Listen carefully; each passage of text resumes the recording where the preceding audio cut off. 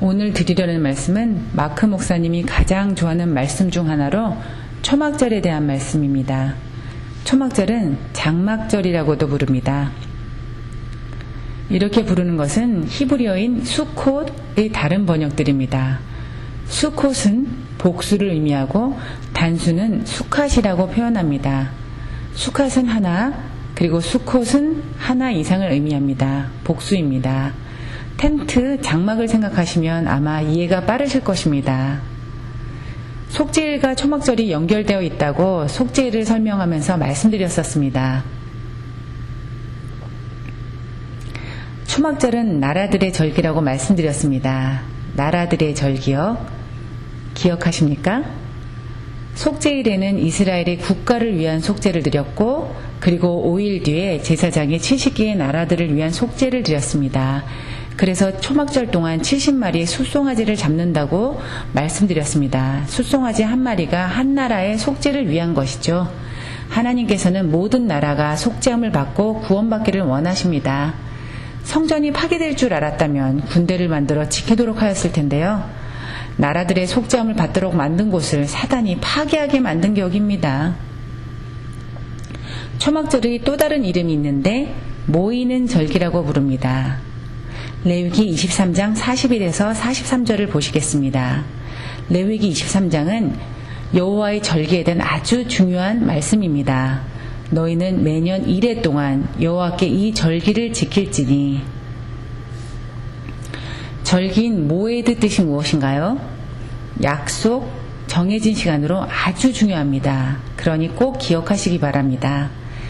절기를 생각하면 먹는 것부터 생각하시는 분이 계시는데요. 그런데 히브리어의 모에드는 신성한 약속입니다. 하나님과의 약속이죠. 너희 대대의 영원한 규례라. 너희는 7째 달에 이를 지킬지니라. 숫자 7은 아주 중요한 의미가 있습니다. 며칠 동안을 지켜야 하나요? 7일 동안입니다. 초막절은 7째 달에 7일 동안 지키는 절기입니다. 너희는 1회 동안에 초막에 거주하되 이스라엘에서 난 자는 다 초막에 거주할지니 이는 내가 이스라엘 자손을 애굽 땅에서 인도하여 내던 때에 초막에 거주하게 한 줄을 너희 대대로 알게 함이니라. 나는 너희의 하나님 여호와이니라. 3번이나 주님이 초막에 거주한다는 말씀을 하시면서 강조하셨습니다. 초막에요. 애굽에서 인도하여 내신 것을 상기시키시는 것입니다. 히브리어 수캇은 텐트 혹은 초막이라는 뜻입니다. 화면에 텐트가 보입니다.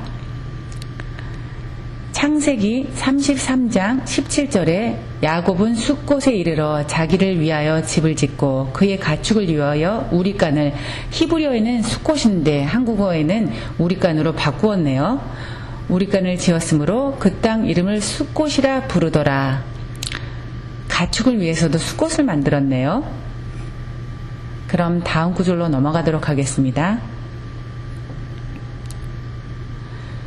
레위기 23장 2절을 보시면 이스라엘 자손에게 말하여 이르라. 이것이 나의 절기들이니 너희가 성회로 공포할 여호와의 절기들이니라. 화면을 보시면 이것이 전형적인 숫꽃, 곧 초막의 모양입니다. 메시아닉 회중에서는 매해 초막절이 되면 이런 숫꽃 모양을 짓는데요. 마크 목사님 회중들이 모이는 곳에서도 이런 숫꽃을 만드셨는데 이런 식입니다.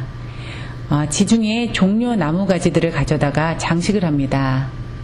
그리고 이 나무가지들을 지붕 위에 올려놓고 그 사이로 별들을 볼 수 있도록 만듭니다. 이런 초막의 목적은 임시의 거처입니다. 영원히 살진 못하겠죠. 텐트로 임시로 사는 곳을 의미합니다. 이날은 아주 기쁜 날로 각종 과일과 음식을 차려놓고 먹고 즐기는 날입니다. 이것이 현대 초막절을 어떻게 지내는가에 대한 아이디어를 갖게 하는데요. 한마디로 먹고 즐기면서 주님과 즐거운 시간을 보내는 날입니다. 화면을 보시면 또다시 모에드라는 말이 나왔습니다. 약속 혹은 정해진 시간입니다. 히브리어의 절기의 의미입니다. 예를 들자면 2000년 10월 15일은 이미 정해진 날짜입니다. 그런 것처럼 하나님의 달력에는 하나님께서 정해놓으신 날이 있다는 것입니다.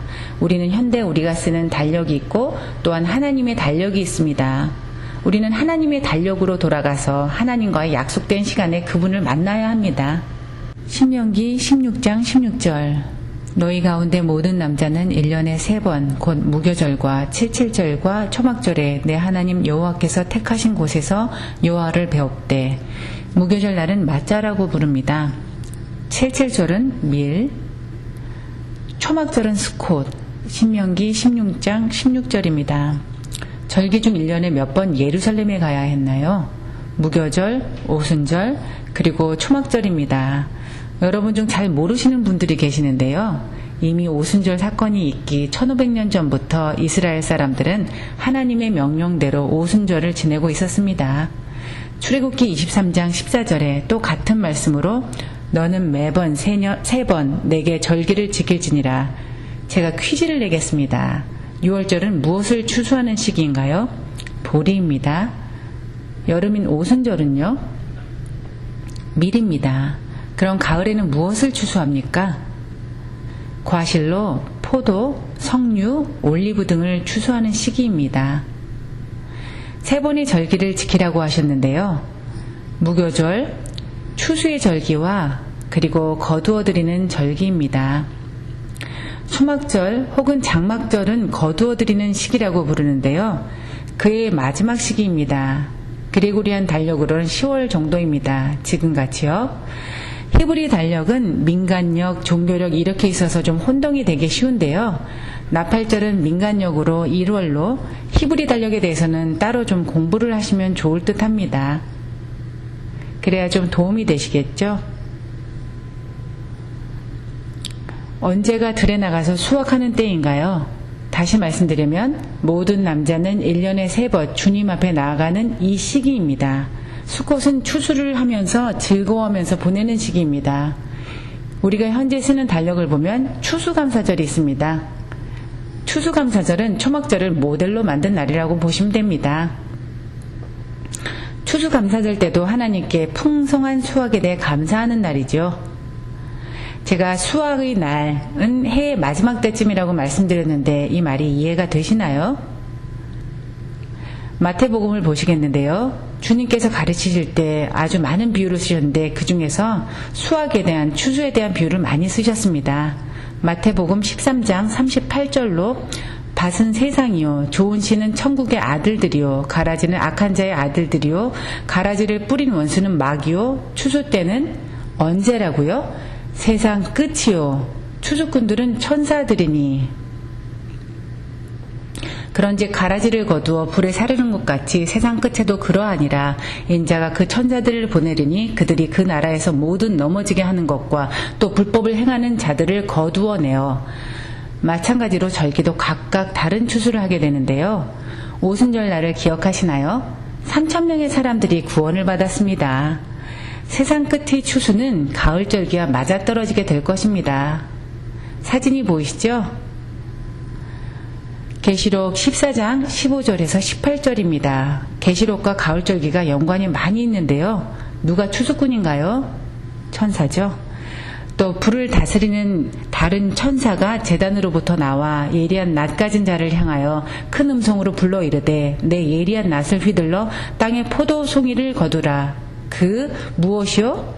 포도가 익었느니라 하더라. 포도라고 말하고 있습니다.